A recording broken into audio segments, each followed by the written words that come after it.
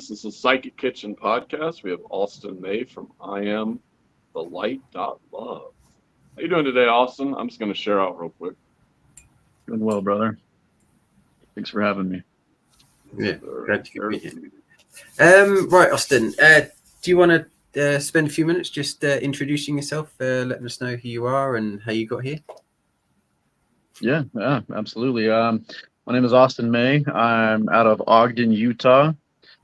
And part of my purpose here in life is to bring the depths of love and consciousness of Christ consciousness back to humanity, to get humanity back to the basics of the power of the wisdom within each and every one of us. Not to overcomplicate it like so many spiritual teachers are out in the world, that you have to learn this and learn that. Like my ways come from a much simpler of like an unlearning process, like doing less, learning less. It's a lot easier than people make it. And so my incarnation here began with a memory I have since I was a little kid. I remembered being in a heavenly realm, standing next to this divine conscious core of the universe that people refer to as God. And he presented me in front of the world, in front of humanity, and the collective of humanity had been asking for Christ to return, for love and understanding to return to the world, bring clarity. And as I was observing this, I was asked if I would incarnate to bring this to the world. And so I agreed, and here I am on this podcast with both of you. We're here. I remember my mother praying for me. Like, she had had 2 miscarriages, and I remember her praying for me. And I was like, that's her. That's all I remember. Okay, let's go. Go ahead, Jimmy. I'm just trying to I don't remember anything, I have to admit. I remember doing a meditation once, one of the first meditations I did. And I remember asking, the meditation was a guided meditation to see Source, God, wherever you refer to it. And I just saw an eye, and that was all. And that was kind of eye-opening, shall we say. And I've never really, I haven't seen that since, as far as I can remember. Have you had any experiences in meditation, sort of not necessarily the same as that, but where you've connected with the spiritual realms and experienced things? Yeah, absolutely. I mean, ever since I was a little kid, I've been able to see through the veil. And so I see a lot of people. There's a lot of misconception that would say if you see the darker things, then you're attuned to it. But really, it's if you can see through the veil, you can see both the darker and the lighter things in both other spectrums, And so since I was little, I've always had this really deep connection. I've always been guided by angelic beings, by spirit, been very connected with God. And that's been my whole life experience. Yeah, I have one experience after the other. I could go on for days just talking about different experiences that I've had, connecting, and things I've seen, I've experienced, things that I've assisted in doing. I could go all day. I could say one thing is since the Psychic Kitchen, I've been able to see, I can see almost infinitely into the future and almost all possibilities. I don't find it serving to talk about any of them because there's always a potential to change, and no matter what visions, prophets, or anybody sees, they're never certain, and because humanity has free will, we can always step into a different line of light. We can always make change. We can always grow and move. There's never a certainty in what we're seeing. And so with a lot of this that I've seen growing up, it kind of scared me with my abilities that I knew I had as a child and what I was capable of doing. I kind of ran from myself for a long time, for many years, till I was 19. I decided that running from myself is the greatest disservice I could bring to humanity, whereas I thought it was actually the best service I could have provided before then. And as I asked for my light to be restored fully, I had a near-death experience about a week or two later, and I went down into the lowest vibration of being, which humanity calls hell, and I remained there for an eternity. Which yeah, and eternity is like a bubble that surrounds time, so it's not bound by time. So it's not really timely; it's timeless, but it's greater than time. And I was there until the essence of my spirit filled every part of that realm, and then I transcended into the highest uh, vibration of being, which is heaven. And the dark and the light versions of myself were combined into one. All this light just started exploding out from my being, and then I was guided through the quantum realm, like through the ether, right back to my body, to the specific point in time that I had departed from. And so, I mean, that's a pretty profound experience that I had. When I came back from that, when I rose up, I started playing with energy at a level that I'd never experienced before. I was able to call in full storms or completely dissipate them, or I was healing people, preaching to people, just going around fully in line with spirit, just making my way, moving around.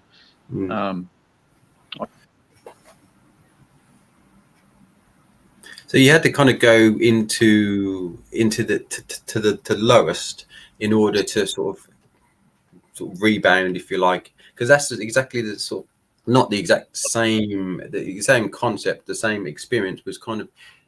William talked about that in our podcast last week. How he was close. He wanted to not be in this realm anymore, on this earth anymore, and he looked to find a way to sort of get out. But that was his catalyst to sort of propel himself and do what he does now. Which, but what you said about the seeing all versions of the future or what have you, that reminded me of something that I saw with regards to the looking glass, which is apparently a device which can predict all the likelihood of all probabilities occur. I don't know if you've heard about that, but obviously, yeah, I kind of figured that you would have done. So you kind of, would you say that we all have that ability to sort of see all outcomes? I guess on some level we do, some level of our being we do. Yeah, absolutely. I don't think that any human has a gift that another is incapable of receiving. Some of us are just born with some of these gifts, and I feel like that's just more of a responsibility to bring it to others, bring it to the awareness to others, because there's nothing special about me. I'm not better than anybody else. I'm just like everyone else. I'm living a human experience, and I'm bringing my gifts to help bring people up into the world, to bring them into the Christ consciousness, and to remember that I am present within. And from those angles of perspective in life, we get to step into an even greater form of understanding and thinking, and an observation, which opens up these abilities that we all have them. We are all God moving in the flesh, and so we all have an equal ability to experience our own realities at immense power within our experience. I mean, we all live on this planet together, but none of us see the same world, and we never will. But at the angle we can see our worlds can be expanded so greatly, and there's nobody that's incapable of that. Yeah, I like that. So when you had this experience where you went into hell, like for me growing up, I would see all these dark things everywhere. Like that was kind of normal, but it scared me. Like I remember when I was like 12, for instance, there's so many stories, like you have so many stories of things you've seen. But I remember like one time I'm going down the street and I think I see these neighborhood kids, long story short, but they're like, I can hear them riding after me and they're like, we're gonna kill you and blah blah blah. And I'm running, screaming and crying. And I run to my mother's door. I'm knocking on the door and I'm like, let me in, they're gonna kill me. Anyway, so she opens the door and then she looks out. She's like, there's no one there. And I'm like, what the fuck is that? But as a kid, I had all these incredibly like crazy experiences. And there were like good experiences too, but at the same time, I don't think, because I hate the fucking term light worker, because it only encompasses one little modality of everything. It's like with Rossi, a teacher I used to have, she would say like source workers, because people embody so many different aspects of that light and darkness. And it's, I don't know where I'm going with this, but I feel like I need to bring it up. But like, what's your take on like all of this and the light worker movement and all this?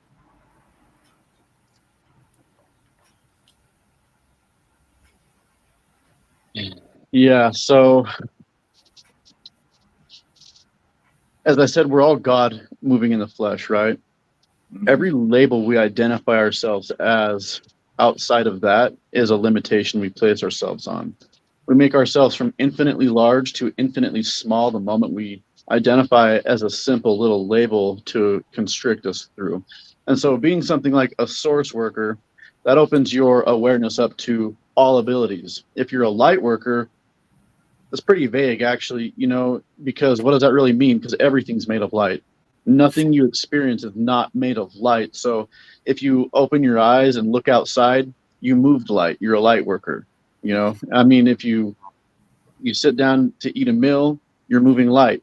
You're working light. Everything you do in life, you're working light. So if you identify yourself as a light worker, you're just saying, I am, in a sort of way.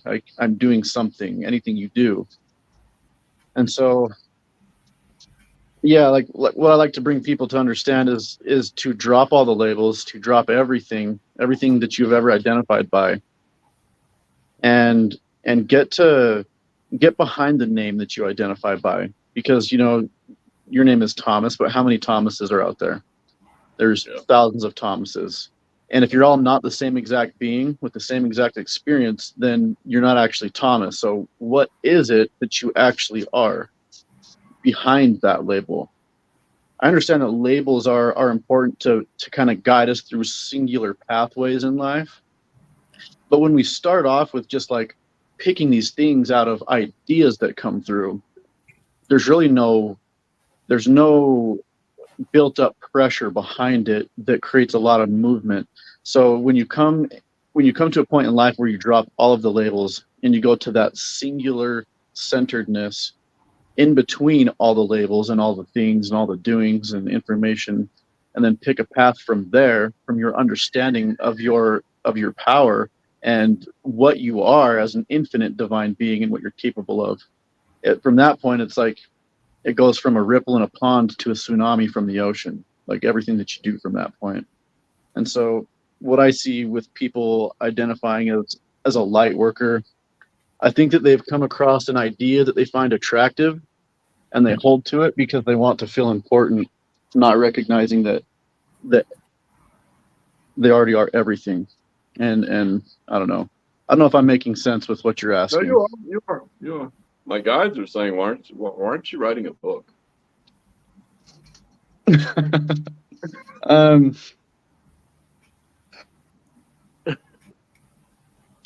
Yeah, there's a lot to that for sure. We thought about it. Yeah, all the time. I'm halfway here and there working on a pamphlet called I Am, and it's more just a basic, straight to the point, no filler, no sidestepping any kind of bullshit. Just an opportunity of observing life from a specific angle of full empowerment as a divine being. And it might only be 50 pages long, and it might just be a conglomeration of sayings or quotes, or I mean, just I don't really know exactly what it looks like yet. I have a bunch of it written down, but I am working on that, and I do plan on working on a book afterwards. But it seems like there's so many things I could be doing and I want to be doing. Actually, that's because I thought about writing a book, and I thought, well, I don't know where to start. But then I saw something that said, it doesn't matter, just start somewhere, and then you can piece it all together afterwards. It doesn't matter if you start at the end or start in the middle. Just write down everything that you know or what you want to share, and then you can rearrange it in whatever order that you feel like is necessary or is appropriate. And I thought, yeah, that's a good idea, because you don't have to start at the beginning of a book when you write something. So I quite like that. But Thomas, your thing about when you were being chased, of all those people that wanted to kill you, and your mum, you said there was no one there. Your mum said it kind of. I thought most people have imaginary friends, but you have imaginary enemies. Yes. Yes. I mean, what to me, it didn't really make sense. I don't know. Since I've been a kid, there have been times where I've seen things of light, ghosts, stuff like that. But at the same time, I don't know. I think it scares people sometimes because when you start talking about dark things, it scares people. And I mean, doing the work I do, some things, it's like I see those things. So I think they're meant to cause chaos on something. I think that's their basic like structure. If that makes sense. They have to cause chaos. It's like if you were to simplify it in terms of angels and demons, whatever. There's more than that out there, but angels have to, if they're higher angels, they have to be order, and then there has to be chaos. Like there has to be balance. And he disappear on us. I think he's still there. There he is. There has to be chaos. There has to be order. So it's like there's different beings that represent those things for everybody. And I think people, and then the other part of it is people want to make some idea of what has to be right and wrong. And I've studied so many other different perspectives of how people view things, whether it's Buddhism or just all these, or whatever it is, Mayan shamanism. It's like everyone's got this opinion. But I don't know who's right, and I don't think anyone's right. Yeah. I don't think anyone's right. It's all a matter of perspective. It's like the lady that, and I mentioned this earlier, so I posted something, and this girl named Lightworker was like, "Why are you all white?" And I'm like, "Oh, there's another matter of perspective. Like, why does it matter?" So just, why are you white? Yeah. What does it matter? Anyways, but yeah, so people are so, I think this world right now, and everyone feels like everything's like falling. I kind of want you to speak on this part, Austin, but I feel like everyone feels like everything's falling apart. But I would venture to say that everything's coming together. It's just people are starting to see darkness and reality, or whatever darkness means to them, for what it is. Yeah, well, I mean, if you want to grow a plant, you have to plant the seed into darkness. And from there, it can flourish into a beautiful plant and provide fruit to offer actually a benefit to whoever partakes of it, And so as far as like things being good or bad and all this other stuff, there's a lot of spiritual teachers out there saying, well, nothing really matters. And well, everything matters, but the idea behind good and evil is where that comes from, is the universe being polarized. So there's a positive pole and there's a negative pole.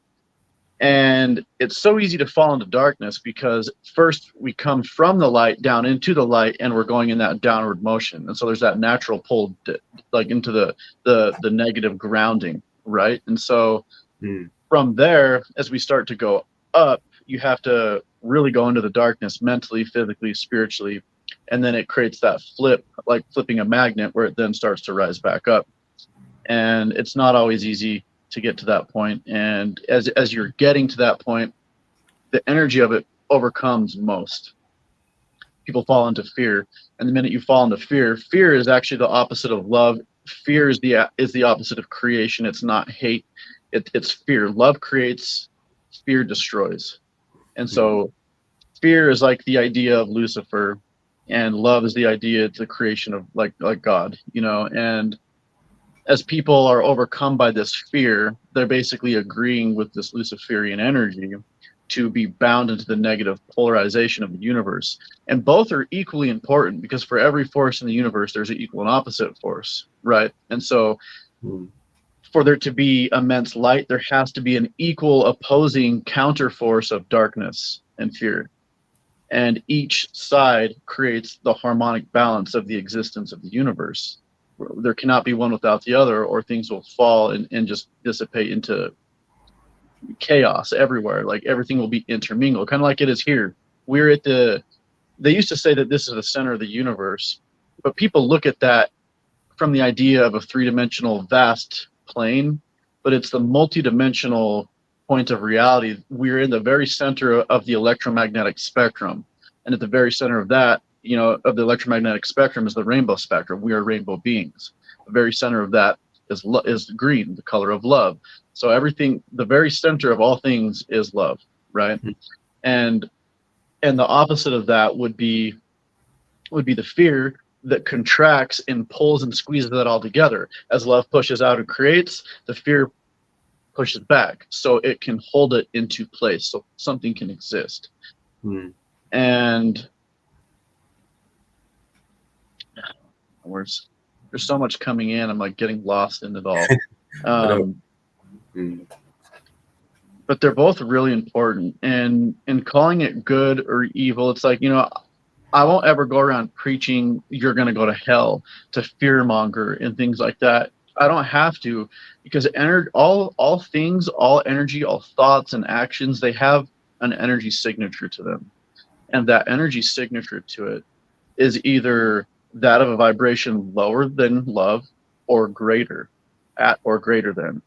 And by defining what those energy signatures are, will show you which side of the universe you are feeding life force into. Because we have to feed life force into one side or the other. It's just a matter of which one do we want to.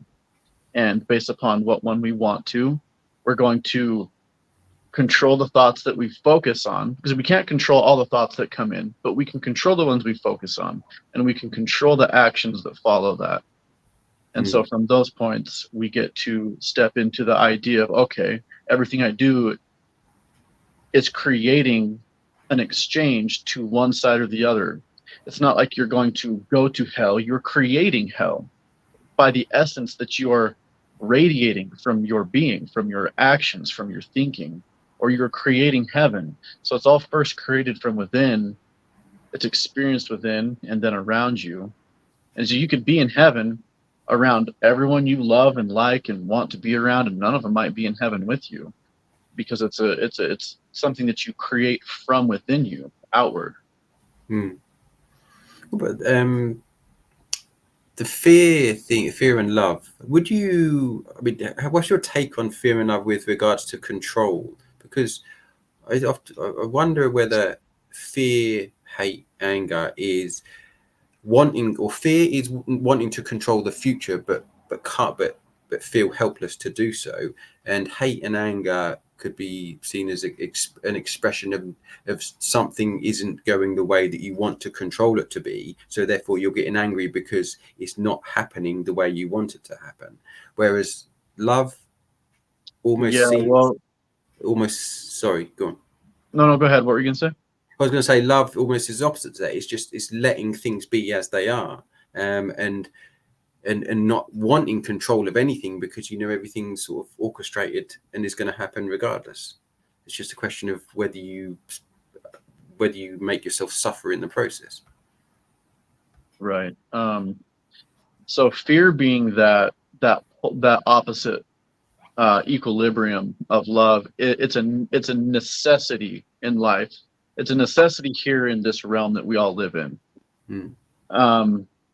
Because without that, there could be, it's kind of like, if you never felt tension in your body, how could you ever know the enjoyment of a massage? That's good.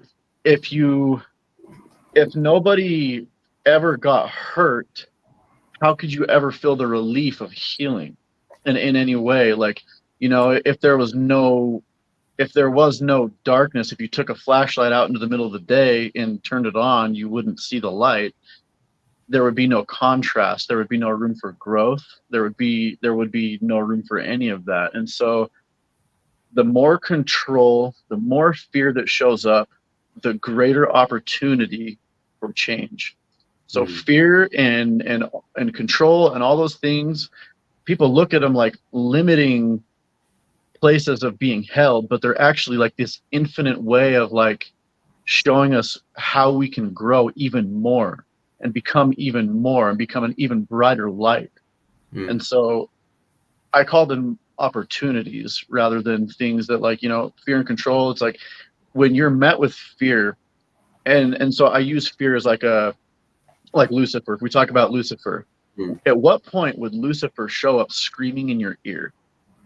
Is if you were on the path of doing something right that would benefit your growth in some way, in a way that would be the polarizing opposite of what that energy is. It would be doing everything it can to keep you in where it wants you to be. If you are right where it wants you to be, it wouldn't be showing up for you. So if it's never showing up for you, that might be a good time to reflect on where you really are within yourself. Because if it's never showing up, then you're probably not where you think you are. If it's showing up constantly, then you are in a constant movement of growth and empowerment. So if you're moving out of the darkness, this being's going to be screaming in your ear. That's the fear. The fear is showing up. You're scared of this, scared of that. Like all this fear is showing up. Meet it with love. Just go into it, give it love, feed it love. Know that it's okay, and move straight into it without the fear. Respect and honor the fear. Be reverent with it, not cocky, but kind of just like honor the fact that it's showing up, allow it to move on, and then step forward into where it was showing up through. Because sorry, I was going to say, I guess that's why they call Lucifer the light bringer or the morning star, whatever it is. And he's actually providing a service, although he's seen as sort of the devil or whatever. Yeah, I think it's interesting because, like, I've always argued this in the Bible, at least. It's like Jesus goes in the desert to confront Satan. I'm like, I don't think he went in the desert to confront Satan. I think he went in the desert to confront himself. And I think he knew what he had to do after that. And he's like, shit, do I really want to do this? Like, this is a big mission here. They're going to put me on a cross, possibly. There's this one timeline that could happen. I'm going to get killed for this. I've been training my whole life to do this. And I just think that's kind of the thing. It's like there's so much, as people would say, darkness in the world. But then I have to look at historically the world, at least our version of it. It's been historically, even though history's all over the place. But like, if we were in the dark ages, we would look at what's happening right now and we'd be laughing. Like if we were to go back into these darker areas of humanity and be like, well, what's happening right now is nothing compared to that. We have food, we have water, we have housing, we have all these different things. I don't know where I'm going with this, but I feel like I need to say it. Anyways, but yeah, it just seems to me that people's interpretations are only based upon what they can perceive happening right now. Yeah. I mean, or they're, like I was saying, a lot of people, they're saying there's so much darkness in the world. They're choosing to look at it from that angle because, as I mentioned before, there can only be as much darkness as there is light. And the brightest light shines in the darkest night. And so, I mean, historically, if you go back to where these figures showed up, all these ascended masters or these masters that lived in their life, they always show up in the most intense of times. In the darkest times comes the brightest light. And so we can choose to look at the darkness or we can choose to look in the light. And we can choose to step into either one that we observe. Because life, the truth and trick of life is that life is the meditation. Everything is enlightenment. So many people are seeking enlightenment and these forms of meditations and all this stuff, but really enlightenment means to go into the light to gain clarity. Before we came here, we were the light. We were the full observation of all things. And so we came into the light to gain clarity on simple, singular little things within the experience of the whole. And so everything we go through in life is enlightenment. If one is depressed and anxious, they're being enlightened on it. They're moving through enlightenment. I think most are seeking the I am presence, unaware of it, seeking enlightenment, which they never find because everything they do in life is the experience of enlightenment. And the point of a meditation is so you use a breathing exercise to hold the state of being where you can focus on one thought to get away from all the chatter. So you can manifest that one thing. But, as we came in, it's breath that contracted the singularity that drew our spirit into the physical body and tethered it here. And through that breath, the simplicity of our breath alone is the breathing exercise that keeps us here. The minute you stop, you're out. That's it. There's no more. You're gone. And so when you become aware of your breathing more frequently, just a natural breath, the more empowered you become, because every time you breathe in, you are drawing in information into the singularity of your field. And so we're always thinking and we're always breathing, and we're doing both things without realizing it. So we're always breathing in what we're thinking without realizing it, most people. So when you shift that to just understanding that this is the meditation, meaning you are the creator because you are in this meditation, this is you. Every thought you observe with every breath you take is the reality that you experience. And so becoming aware of our natural breath and the natural flow of thought and putting the two together, making them one, will empower everybody, anybody and everybody. The two things we were born to not recognize, when we choose to recognize them, will fully empower us. And there's nothing we need to really learn beyond that. Like, sure, there's meditations and breathing exercises that help us feel differently and do other things, but we don't have to go down those rabbit holes of all this learning of all of these things, because they're just more things outside of the whole of the thing. Yeah, so many rabbit holes. Sort of horses for courses. Pick one and keep it simple. I'm a big fan of keeping things simple and not overcomplicating. Mind you, when you get in with, I started to get into the whole spiritual thing. You kind of wanted to absorb everything, so you used to go right down to the nth degree, and then you realize just take it back to the basics and just do the simple things, and that's enough.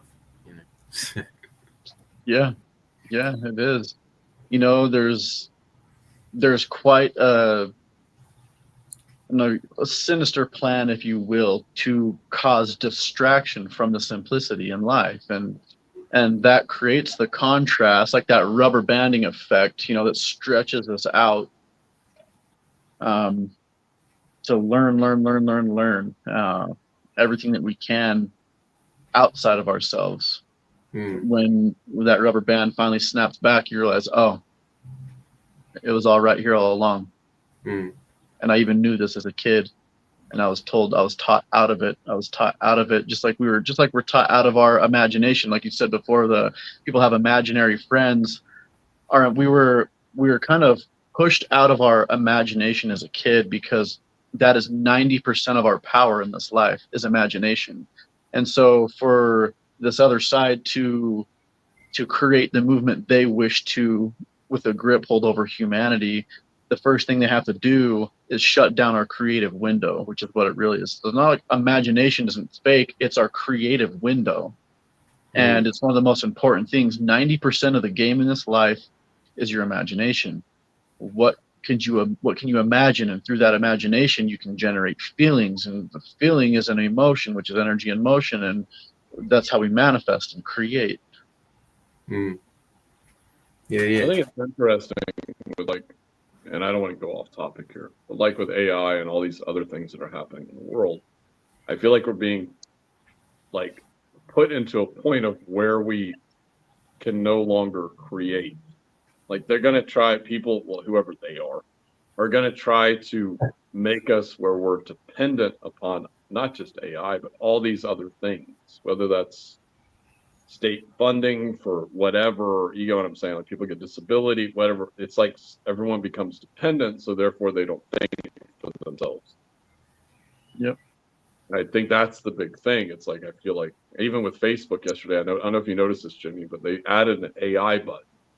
And I was like, what is this? Like, why do they have an AI button on Facebook now? But I'm like, it's like people are going to be running it. See, like even Elon Musk with Neuralink. And I'm like, you're going to put a chip in people's heads and all of a sudden they're going to think they have access to everything except what's controlled on the internet already.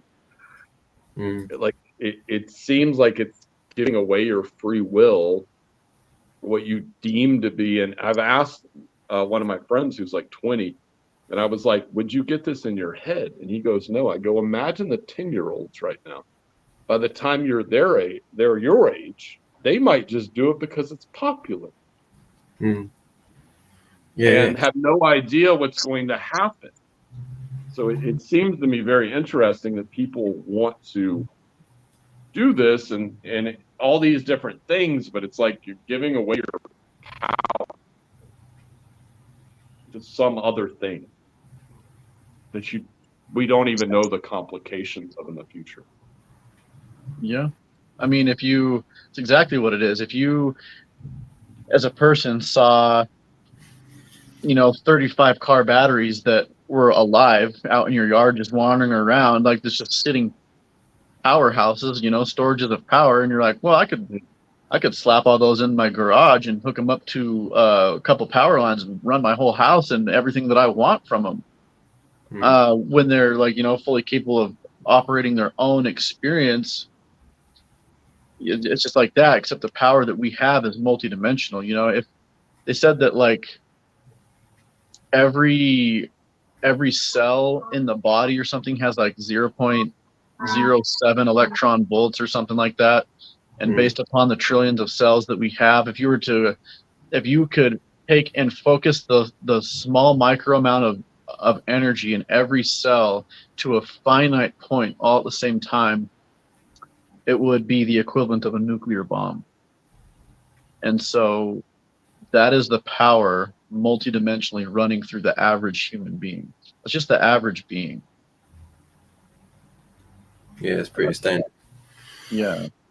So, I mean, we're manifestors. We're all manifestors. So, yeah, the control. They don't want you to think for yourself. They want you to think about their vision, which is why we all watch television and we're all on our tablets and phones and all the media and everything that they're controlling, the narrative that they're pushing. It's like, that's what I talk about The Simpsons in a couple of my little videos. It's like, it's not like The Simpsons is predicting the future. They're creating predictive programming using the viewers to manifest their goals to take place, is what they're doing. They're using that energy to manifest what they want.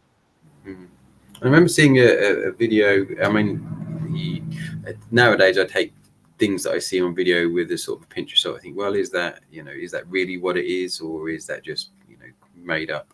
But they showed apparently a brain cell or a nerve in the brain, and they showed it when it was when it was creating, when it was learning something new, and it was trying to find other brain cells or nerves in the brain, and that's how they connect together. Whereas if you're just repeating something over and over and over again, they don't fire the same.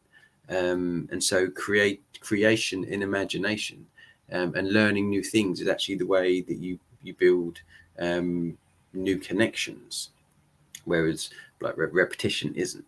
So that speaks to us being creative and imagination, and that's how because like you get all these brain training games and you do the same thing over and over and over again, but that's not how that's the way you train your brain to not evolve, so to speak.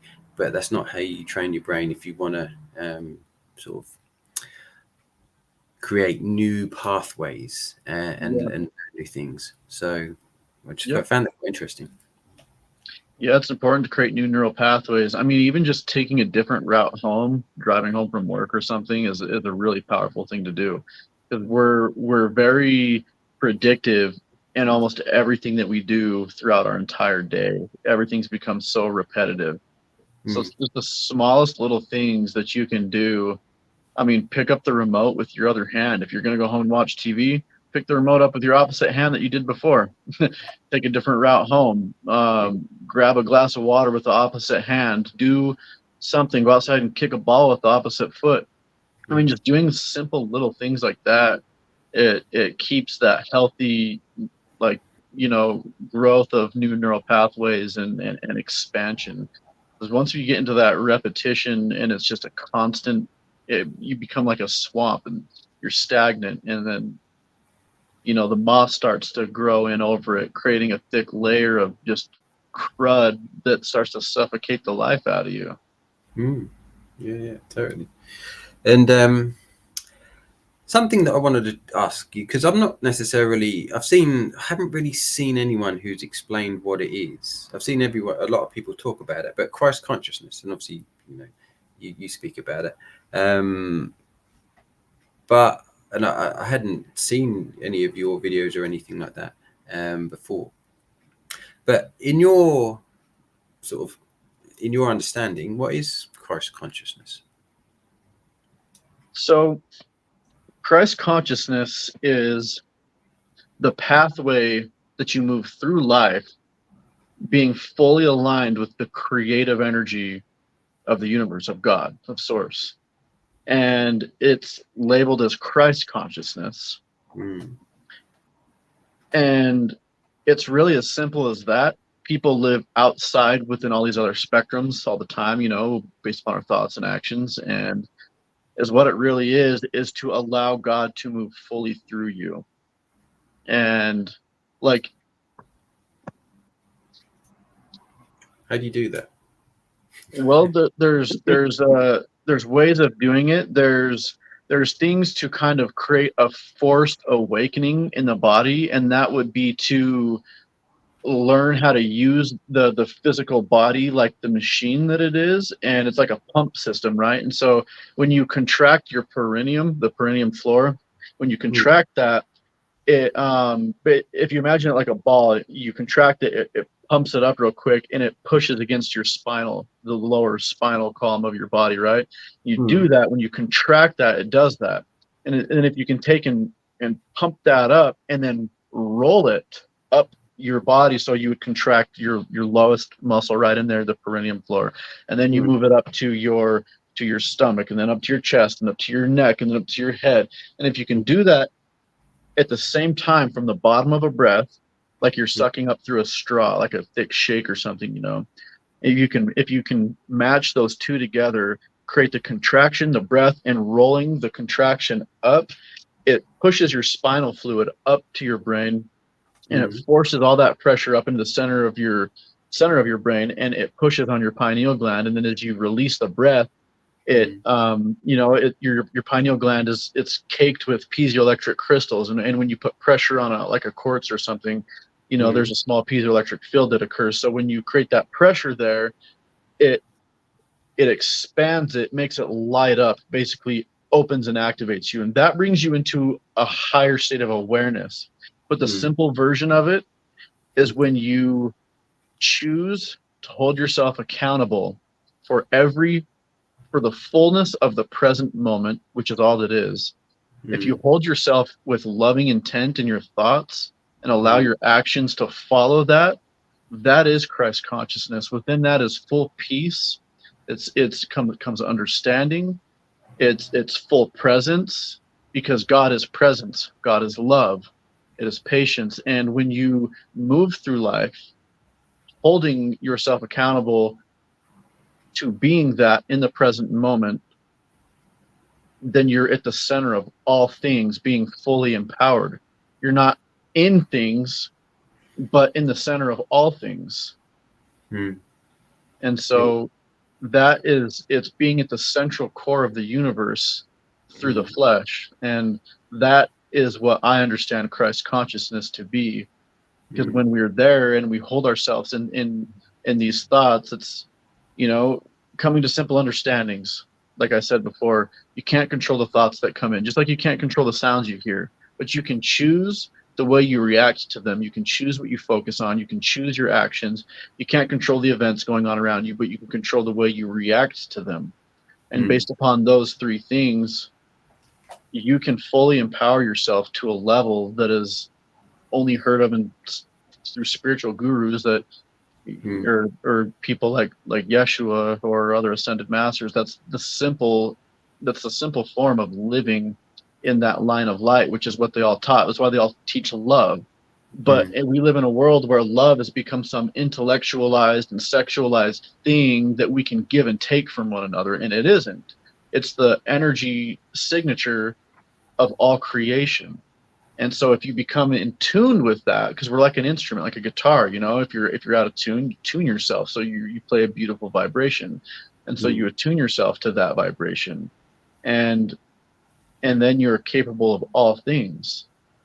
Okay, cool. And well, Thomas, you got anything to say on that? Well, I wonder if I'm always questioning things. But like if we didn't have an idea of Jesus, I think we'd call it another consciousness. If we were in a different age, like say it was before 2,000 years ago, it'd be like whatever false consciousness. Like, it's like what would it be? False consciousness. Would it be this consciousness, this consciousness? Like people are always looking for a savior. Yeah. And I don't realize a lot of those answers are already within themselves. And I think that's part of what a lot of people don't really understand. They have all the answers, but tapping into that means they have to tap into their pain. It's like shadow work. I hate that term so much. It drives me crazy because it's like, what is it? Can you quantify what that means to me, please? Like when I hear people say it, and I'm like, what does that mean? And then it's like, it's just a term, but it's like, I need to do my shadow work. And I'm like, what the fuck does that mean? It doesn't make sense to me. Anyways, and I'm like, just can you quantify that to make some sense? Not you, but I'm just like, Actually, shadow work implies that you're never going to get rid of it. So that's not a great term to use because you're always going to have a shadow. As long as there's light, you're going to have a shadow. So that implies that you're never going to heal. If you call it shadow work, it's always going to follow you around. So yeah, that's not the greatest, but maybe it's sort of by design. There's a lot of misconception with shadow work and everything. And Christ, his name wasn't Jesus Christ, it was Yeshua. And he came to create Christed beings, not people. He came to create leaders, not followers who would worship Christ as an idol, because Christ isn't a person. It's a state of being for humans being godly in their actions. I think that's what I posted on Facebook last night. It's not a being. And so, and then there's all this, talk in the spiritual world, you need to heal from your trauma. No, you don't. You could heal from physical pain and things like that. Absolutely. All day long from sickness. Yes. But trauma is not something to heal from. It's not something that's wrong that happened. It's an opportunity for your empowerment, for your growth. And we come to sit with it as just that, to become empowered by it. We don't need to heal from it. We just need to recognize it and recognize what we can do with it to use it to our advantage, because it will either tear you down and you will be a victim of it, or it will lift you up and empower you to create an abundant life. That is what trauma can do. But we don't need to heal from it, because if we have to heal from it, then that means we must let it go, not ever think about it. And people say, well, if you think about your traumas and start talking about them and emotions come through, then you're not healed from it. It's like, no, we're emotional beings. We're supposed to feel. And becoming fully awakened into this spiritual life isn't about not being emotional. It's about feeling every emotion so deep, but not letting them overcome you, but allowing them to move freely through you, just like a riverbed containing a river. The river's not too much for the riverbed. They're in synchronistic, life together. One holds the other, and they work together, so they can exist. Yeah, exactly. But what was I going to say? I forgot. I'll come back to me. No, you're fine. I just think it's just so many rules. I think that's the key. There's so many rules. I don't know. From my perspective and different teachers and mentors and my own studies, it's like, why are there so many rules on everything? I don't know. I don't know where I'm going with that. There's just so many rules about how things should exist, and those rules are matters of perspective anyway. It was like you have to be like this, you have to be like this, and it's like, but you don't have to. I feel like the only way the world ever fucking changes is when there's rebels in it. Yeah. Yeah. Like, I mean, rules is just a rebels. forced perspective on one's reality. Yeah. It's like you So have to make people literally look at something and question it in order to change it. exactly. What I was going to say was about being the observer. So if you had someone who observes or experiences a sort of a horrific scene, they see something happen that's horrific. One person could be really affected by that, and they could think about it and think about it and think about it. Can make them feel ill. But then there could be someone else who doesn't.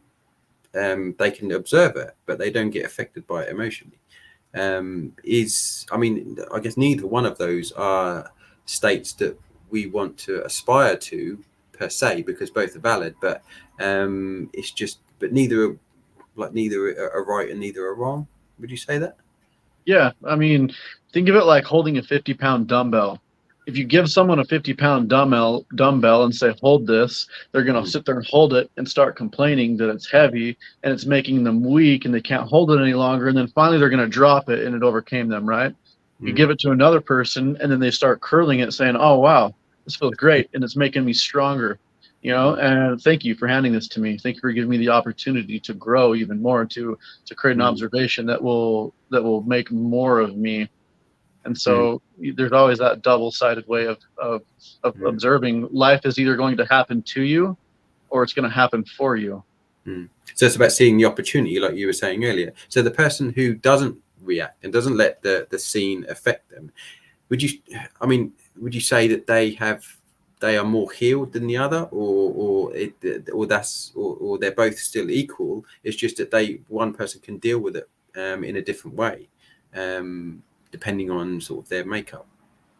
Yeah, just one chose to experience something that is hurting them, and one, I mean, like one could see death and destruction, and the other one could just see like, well, this happened, okay, we're here, this happened, and what is created from this is an opportunity for us all to learn, to grow, and new life to come in through all of this. And so as horrific as it may appear to be, there's always that backstory, the whatever is put behind it that's really driving the experience. It's kind of, I don't know if I'm answering it how you want, how you're looking, but yeah, I know what you mean. It's kind of like some people see death as the worst thing in the world, and some people can accept death and know that it's the chance for new life, and that the soul, if you want to call it that, if I want to call it that, gets to go somewhere else and have another experience. Not that, I imagine, so we're told we all exist simultaneously everywhere in all times, but so it's just a way that you look at it, but neither is, both ways are okay, and it just depends on whatever you want to do, kind of thing, I suppose. Yeah, exactly. Like I was saying earlier, like, before we come into this life, we're looking at the whole experience. And at some point we go, oh, I would like to go and feel that blade of grass, or I would like to go and experience death this way, passing on. You're going to come right back to where you were. The way the universe operates, the way information is created, the way God is created, is through the finite experiences that we incarnate to in order to experience within the experience. And so some of us come in here to experience those traumatic so-called things. And sometimes we come in here to experience dying this way, so it can be of an experience of information that moves throughout the universe. And so everything must be experienced in order for all of this to actually work. And when we see things, we also get to the opportunity to honor their choice of experiencing what they did, and allow them that honor, allow them that energy and light in their life. Because when we react to it, especially in a negative way, then energetically you're taking from them, in a sense. You're taking that opportunity for them. Like, it's like You want to control that opportunity. you want to control their experience. Yeah. Yeah, I see that. It might look horrific on our side, but I don't believe in coincidences, because either everything is a coincidence and there is no universal consciousness, or everything is a coincidence and there is not. And so the thing that then I think about, well, what if the experience was for you to control their experience? Because that's an experience as well, isn't it? It is. Yeah. You go on and on and on forever, and there's not going to be a right answer as far as I'm concerned. It's all about sort of contemplating everything, and if you contemplate everything, then I mean, you probably go mad. But if you don't go a little mad, sometimes you'll go insane. So, yeah, I mean, spot on. I've always said the purpose of life is experience itself. It doesn't matter the experience. The purpose of life is experience. The meaning of life is what we make of it, the experience we make of it.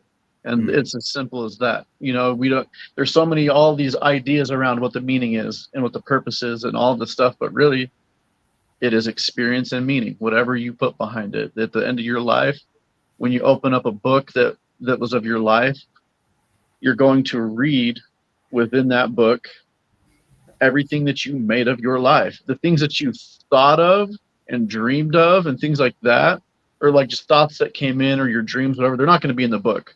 Your direct intentive thoughts and actions are going to be the only thing written in that book. And so when you get to the end of it, that's what you made of it. So what do you want to make of it? What do you want the meaning of your life to be within this experience? Yeah. Yeah, I know what you mean. It's just a complex thing. I mean, that's the thing. There's no, I mean, I guess I'm hearing there is universal answers, but at the same time, it's looking for, like, what is the answer to this? I think the answer to a lot of things are within themselves. Whoever that person is, the answer is within themselves. So I find this interesting because I'm thinking to bring this up. People always ask me this in live streams. I want to talk to my guides. And I'm like, every time I hear this, I'm like, roll my eyes. Because I'm like, are you fucking kidding me? Like, Jesus Christ. It's just like, oh, be a guy. Do you want to speak awesome? Or go on a rant? I think that's the key, is like, it's like you want someone else to solve your fucking problems. That's what you want. It's not about if you actually can solve them yourself. Because I'm like, your higher self, your guides, God, whatever the fuck you want to call it today, they're always talking to you anyways.